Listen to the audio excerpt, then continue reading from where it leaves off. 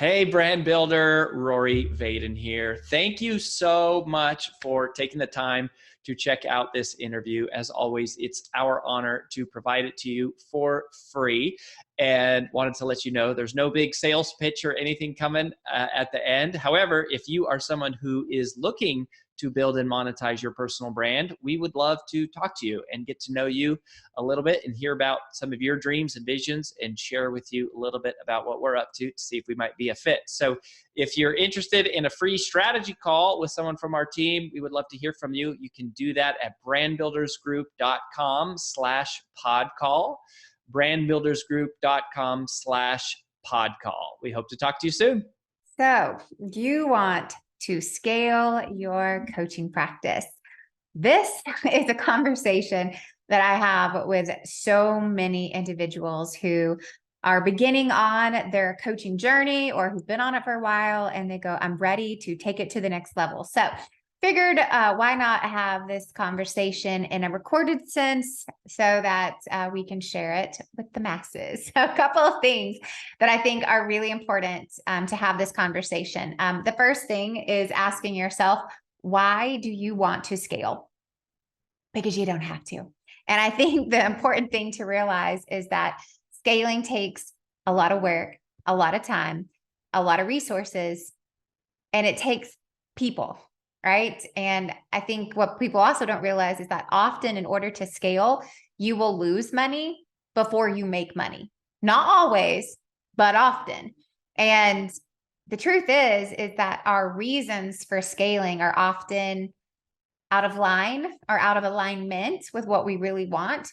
And we think, well, I need to scale because that's what you do in business. And it's like, not really. It's your business. You get to decide what you do. And there is nothing wrong with just going deeper with the clients that you have and making purpose your bottom line versus trying to scale revenues and actually lose on profit. And I think there's just sometimes too often we focus too much on the money. Now, clearly, we need to make money in business to pay our bills. Clearly, we're in business to make some sort of profit, to like enjoy the fruits of our labor, but not at the cost of our happiness, our peace, our joy, our time with our family. In other words, why are you doing it? And so I just would encourage that before you go, yeah, I'm ready to grow and ready to scale, that you really actually answer the question, why? Why do you want to scale? Because you don't have to. Now, if you choose to, then let's talk about that. Let's talk about that. So number one, be prepared to put in a lot of extra time, resources, and money. I think that's just important. It takes work. And it takes a lot of the entrepreneurs' work, a lot of the business owners' work where most of us are just talking, right? It's like most of us are scaling from, hey, it's growing beyond me. I'm not talking about, Fortune 100 companies or even Fortune 1000 companies. I'm talking about scaling beyond you, going from that 6-figure mark to the 7-figure, 7 to 8. That's what I'm talking about, right? And it's like, okay, now I've got to duplicate processes, duplicate systems, duplicate myself with more human capital. And that will require your time and your money and your resources. So one, be prepared for work. Number two, don't expect it to happen overnight. Let this grow over time. Let it grow organically and let it grow by demand. That's important. You do not have to bring on 3 people. It's like you bring on one and then you bring on another. And then eventually you bring on another. It's like, let this happen by demand and let it happen organically so that you don't find yourself upside down, going backwards instead of actually growing forward, which is what you wanted in the first place, right? Number 3, get super clear on your culture and your people acquisition process. Before you can start growing in terms of the people component, you've got to be really clear about who you are, who your clients are, how you do what you do, why you do what you do, and what makes you unique in all of that.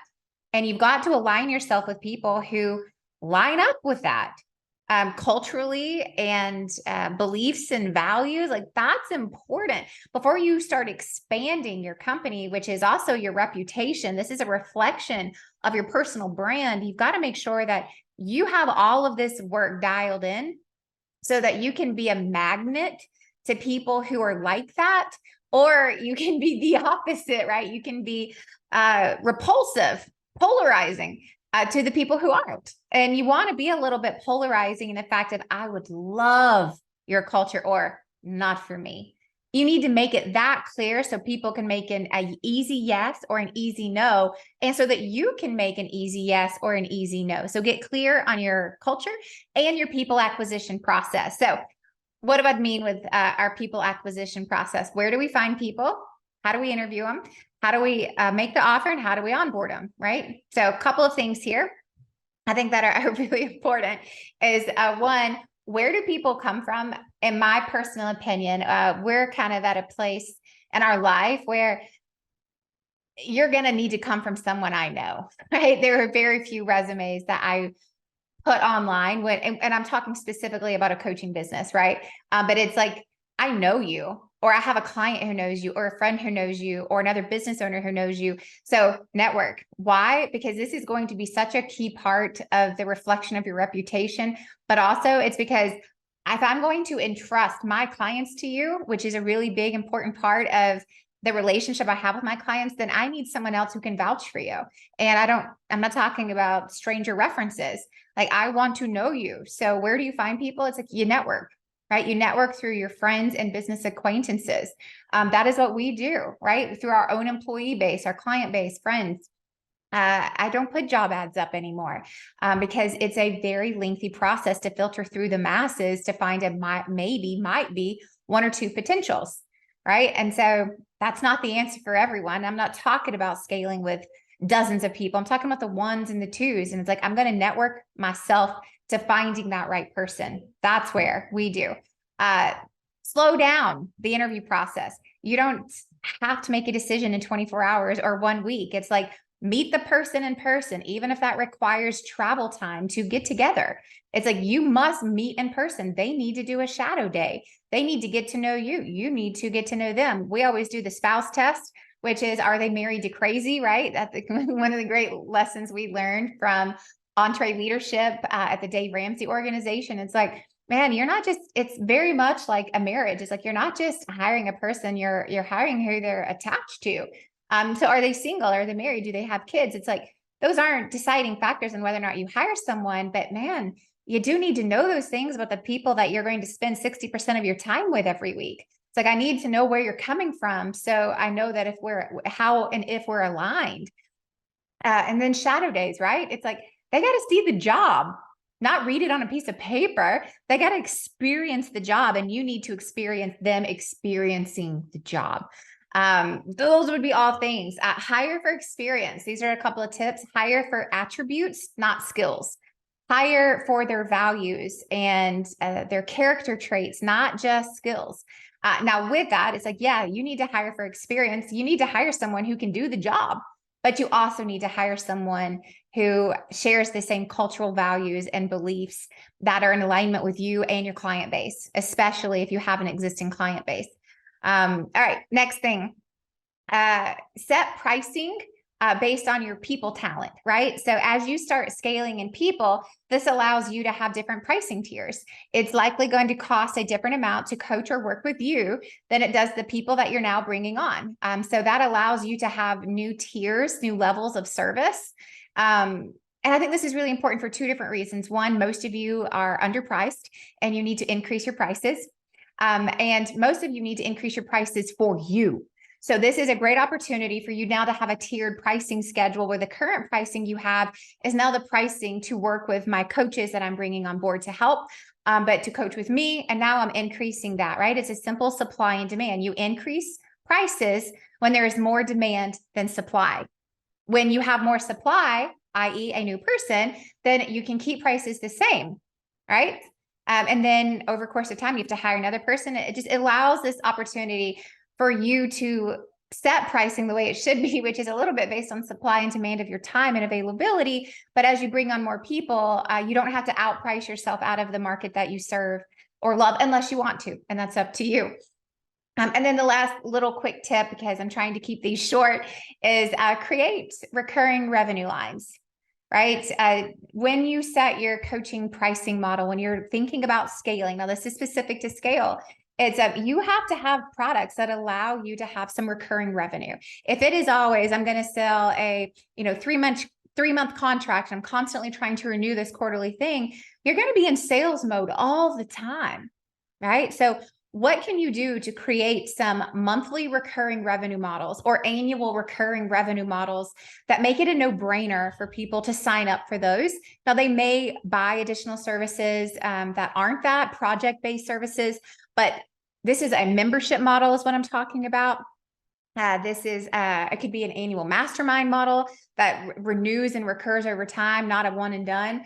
But this is a month to month or a monthly with a 6-month, 12-month, whatever contract model. These could be online education platforms, memberships, the list goes on and on. But make sure that as you're selling, you don't sell calls one at a time, or you don't sell just a quarterly contract where you're always in renewal season, but find ways to create recurring pricing models that allow you to create a base foundation to give you some breaks to do the work. Because if you're a solopreneur, a coach that is looking to scale, even if you have a couple of other coaches and you're going, what's that next tier, that next level?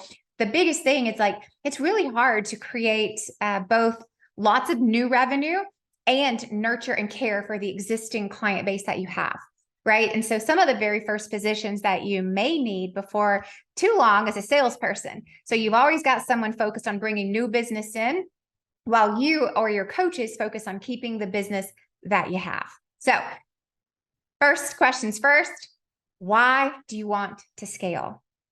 And if you go through that process and still determine, yeah, I do, then you've got a quick checklist of things to go through. But just remember, purpose comes before profit. Now, I didn't say revenue, right? But it's like, make sure you're doing what you're doing and you're going deep and wide and making an impact and loving what you do, and weigh all the pros and cons of how much of that will temporarily go away in the scaling mode. Now, I'm all about scale. I've scaled businesses. We are scaling our current business. I am not anti-scaling. I am anti-doing it because somebody else is doing it. I am anti-doing it for the wrong reasons. I am anti-doing it because of our ego and our pride. I am pro-doing it because there is demand that is requiring you to expand your reach and impact, and you can do it, right? It's like you have the desire to do it, is what I mean by can. You have the desire and the ability to do it. And you don't always have to. There are going to be seasons where you're like, I'm good. And maybe that's just for a season. So just give yourself the permission to be happy where you are, and love the work that you're doing and the impact that you're having, knowing that there's always a season to grow and to scale. And sometimes there's a season to just go deep with what you're doing, and to find that deep work and passion can easily be the thing that you look for versus the very next, business move. So with all of that said, there are reasons to scale. There are reasons to not. And I hope this quick conversation helps you vet those for yourself. We'll see you next time.